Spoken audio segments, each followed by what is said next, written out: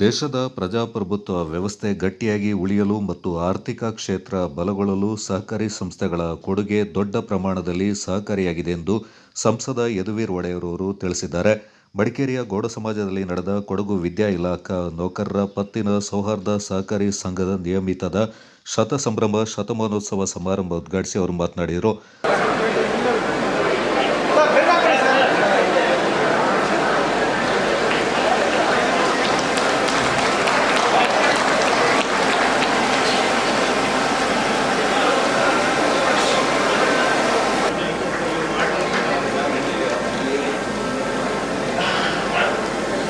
ಸಹಕಾರಿ ಸಂಸ್ಥೆಯೊಂದು ಶತಮಾನೋತ್ಸವವನ್ನು ಆಚರಿಸಿಕೊಳ್ತಾ ಇರುವುದು ದೊಡ್ಡ ಮೈಲುಗಲ್ಲಾಗಿದೆ.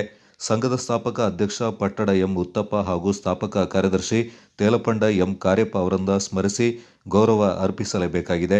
ಸಂಸ್ಥೆಯ ಯಶಸ್ಸಿಗೆ ಈ ಹಿಂದಿನ ಮತ್ತು ಈಗಿನ ಆಡಳಿತ ಮಂಡಳಿಯ ಕೊಡುಗೆಯೂ ಇದೆ. ದೇಶದ ಪ್ರಜಾಪ್ರಭುತ್ವದ ಉಳಿವಿಗೆ ಆರ್ಥಿಕ ಬಲ ಮುಖ್ಯವಾಗುತ್ತೆ. ಸಹಕಾರಿ ಸಂಸ್ಥೆಗಳು ಆರ್ಥಿಕ ಶಕ್ತಿಯಿಂದ ಹೆಚ್ಚಿಸುತ್ತಾ ಬಂದಿವೆ. ಇಂದಿನ ಆಧುನಿಕ ಕಾಲದಲ್ಲೂ ಕೊಡಗಿನ ಸಹಕಾರಿ ಕ್ಷೇತ್ರ ಇತರರಿಗೆ ಮಾದರಿಯಾಗಿದೆ. ಇಲ್ಲಿನ ಸಹಕಾರಿಗಳಿಂದ ಕಲಿಯುವುದು ಬಹಳಷ್ಟಿದೆ. ಸಹಕಾರಿ ಸಂಘಗಳು ಕೇವಲ ಒಂದು ಸಂಸ್ಥೆಯಲ್ಲ, ಸಮಾಜವನ್ನು ಉತ್ತಮ ರೀತಿಯಲ್ಲಿ ಕಟ್ಟಬಹುದಾದ ಸಂಘಟನೆಯೂ ಆಗಿದೆ ಎಂದು ಹೇಳಿದರು. ಸುಂದರವಾದಂತಹ ಒಂದು ಕಾರ್ಯಕ್ರಮದಲ್ಲಿ ನಮ್ಮೆಲ್ಲರಿಗೂ ಕೂಡ ಭಾಗವಹಿಸುವಂಥದ್ದು ಅವಕಾಶ ಸಿಕ್ಕಿದೆ. ಶತಮಾನೋತ್ಸವ ಈಗ ಒಂದು ಸಣ್ಣ ಮೈಲಿಗಲ್ಲಲ್ಲ, ಅತ್ಯಂತ ಮಹತ್ವದಂತಹ ಒಂದು ಕ್ಷಣ, ಅತ್ಯಂತ ಮಹತ್ವದಂತಹ ಒಂದು ಆಚರಣೆ, ಅತ್ಯಂತ ಮಹತ್ವದಂತಹ ಒಂದು ಕಾರ್ಯಕ್ರಮ. ಈ ಸಂದರ್ಭದಲ್ಲಿ ಸಹಜವಾಗಿ ಒಂದು ಸಂಸ್ಥೆಯ ಒಂದು ಸಂಸ್ಥಾಪಕರನ್ನು ನಾವು ಸ್ಮರಣೆ ಮಾಡಬೇಕಾಗಿದೆ, ಅವರಿಗೆ ಗೌರವವನ್ನು ಕೊಡಬೇಕಾಗಿದೆ. ಅದಕ್ಕಾಗಿ ನಮ್ಮೆಲ್ಲರ ಪರವಾಗಿ ವೈಯಕ್ತಿಕವಾಗಿಯೂ ಕೂಡ ಶ್ರೀ ಕಾರ್ಯಪ್ಪ ಅವರಿಗೆ, ಶ್ರೀ ಪಟ್ಟದ ಒಂದು ಉತ್ತಪ್ಪ ಅವರಿಗೆ ಇಬ್ಬರಿಗೂ ಸಹ ಈ ಸಂದರ್ಭದಲ್ಲಿ ವಿಶೇಷವಾದಂತಹ ಗೌರವವನ್ನು ಮತ್ತು ಅವರನ್ನು ಸ್ಮರಣೆ ಮಾಡ್ತಾ, ನಂತರ ಸಕ್ರಿಯವಾಗಿ ಅನೇಕರು 100 ವರ್ಷ ಅಂದರೆ ಅನೇಕರು ನಮ್ಮ ನಿಮ್ಮೆಲ್ಲರ ಒಂದು ಪೂರ್ವಜರು ಕೂಡ ಅವರ ಸಹಕಾರವನ್ನು ನೀಡಿರ್ತಕ್ಕಂಥದ್ದು ಸಹಜವಾಗಿ ಅವರೆಲ್ಲರನ್ನೂ ಕೂಡ ಈ ಸಂದರ್ಭದಲ್ಲಿ ಸ್ಮರಣೆ ಮಾಡುವ ಸೂಕ್ತ.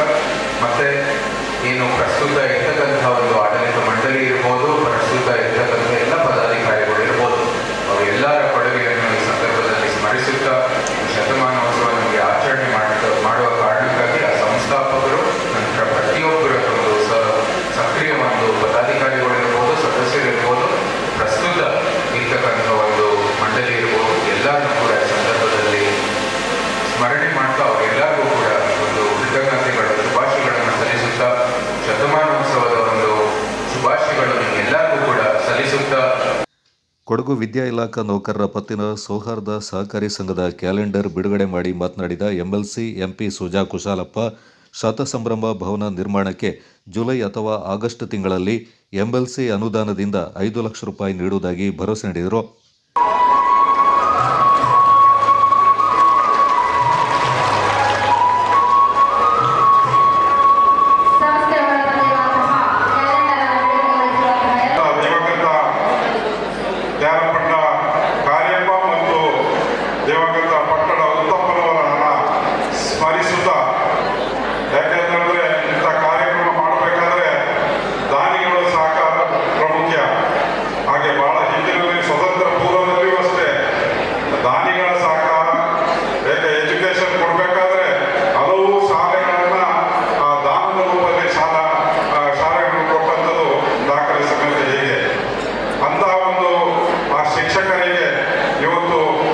ಸಂಘ ಸ್ಥಾಪನೆ ಮಾಡಿ ಶಿಕ್ಷಕರ ಶ್ರೇಯೋಭಿವೃದ್ಧಿಗೆ, ಶಿಕ್ಷಕರ ಕ್ಷೇತ್ರ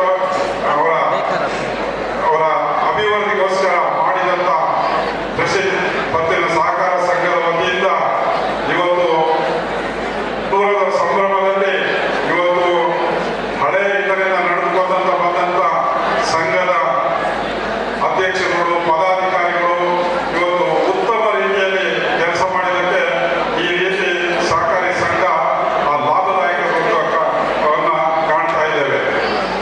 ಹಾಗೆ ಈ ಸಹಕಾರಿ ಸಂಘ ಸ್ವತಂತ್ರ ಪೂರ್ವದಲ್ಲಿ ಯಾಕೆಂದ್ರೆ ಸ್ಮರಣ ಸಂಚಿಕೆ ಬಿಡುಗಡೆ ಮಾಡಿ ಮಾತನಾಡಿದ ಕರ್ನಾಟಕ ರಾಜ್ಯ ಸೌಹಾರ್ದ ಸಂಯುಕ್ತ ಸಹಕಾರಿ ಅಧ್ಯಕ್ಷ ಜಿ ನಂಜನಗೌಡ, ವ್ಯಕ್ತಿ ಅಥವಾ ಒಂದು ಸಂಸ್ಥೆ ಬೆಳವಣಿಗೆ ಕಾಣಬೇಕಾದ್ರೆ ಸ್ಥಾಪಕರ ಸ್ಮರಣೆ ಅಗತ್ಯ ಎಂದರು.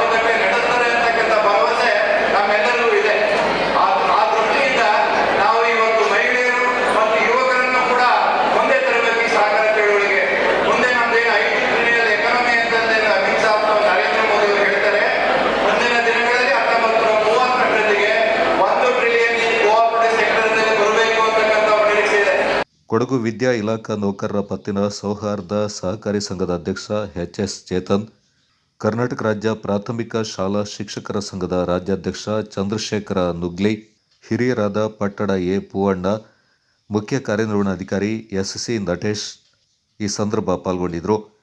ಮುಖ್ಯಮಂತ್ರಿಗಳ ಕಾನೂನು ಸಲಹೆಗಾರ ಹಾಗೂ ವಿರಾಜಪೇಟೆ ಶಾಸಕರಾದ ಎ.ಎಸ್. ಪೊನ್ನಣ್ಣ ಅವರು ಶತಸಂಭ್ರಮ ಭವನ ನಿರ್ಮಾಣಕ್ಕೆ ಭೂಮಿ ಪೂಜೆ ನೆರವೇರಿಸಿ ಶುಭ ಹಾರೈಸಿದರು. ಸಭಾ ಕಾರ್ಯಕ್ರಮದಲ್ಲಿ ಹಿರಿಯ 100 ಸಹಕಾರಿಗಳನ್ನು ಮಡಿಕೇರಿ ಶಾಸಕ ಡಾಕ್ಟರ್ ಮಂತ್ರಗೌಡ ಅವರು ಸನ್ಮಾನಿಸಿ ಗೌರವಿಸಿದರು. ಕೊಡಗು ಡಿಸಿಸಿ ಬ್ಯಾಂಕ್ನ ನಿರ್ದೇಶಕ ಟಿ.ಆರ್. ಶರವಣಕುಮಾರ್, ರಾಜ್ಯ ನೌಕರರ ಸಂಘದ ಹಾಸನ ಜಿಲ್ಲಾಧ್ಯಕ್ಷ ಬಿ.ಪಿ. ಕೃಷ್ಣೇಗೌಡ ಮತ್ತಿತರ ಪ್ರಮುಖರು ಈ ಸಂದರ್ಭ ಪಾಲ್ಗೊಂಡಿದ್ದರು.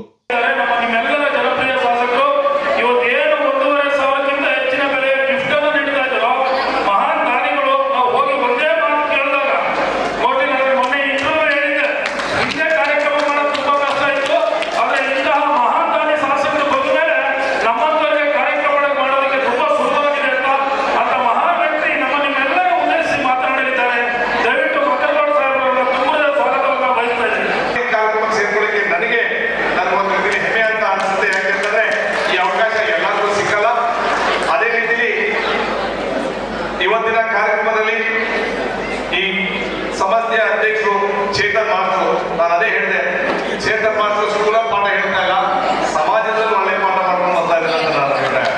ಮಾತ್ರ ಈ ಸಮಿತಿಯ ಎಲ್ಲ ಪದಾಧಿಕಾರಿಗಳು, ಮುತ್ತಪ್ಪನವ್ರು ಇರ್ಬೋದು, ರೇವತಿ ಮೇಡಮ್ ಇರ್ಬೋದು, ದೇವಾನಂದ ಇರ್ಬೋದು, ಎಲ್ಲ ಶಿವಲಿಂಗಣ್ಣ ಇರ್ಬೋದು, ಬಸವರಾಜ್ ಅವರು ಇರ್ಬೋದು, ಮಂಜುನಾಥ್ ಅವರು ಇರ್ಬೋದು, ಎಲ್ಲ ಪದಾಧಿಕಾರಿಗಳು ಅದ್ಭುತವಾಗಿ ಮಾಡ್ಕೊಂಡು ಬರ್ತಾ ಇದ್ದಾರೆ. ಮಾತ್ರ ಹಿರಿಯವರು ನಮಗೆ ಏನು ಮಾರ್ಗದರ್ಶನ ಕೊಡ್ಕೊಂಡ್ ಬಂದರೆ ಅವ್ರು ಗೌರವಂತ ಕೆಲಸ ಮಾಡ್ಕೊಂಡ್ ಬರ್ತಾ ಇದ್ರ. ಈ ಏನು ಸಂಪ್ರದಾಯ ನಿರಂತರ ಮಾಡ್ಕೊಂಡ್ ಬರ್ತಾ ಇದ್ದಾರೆ.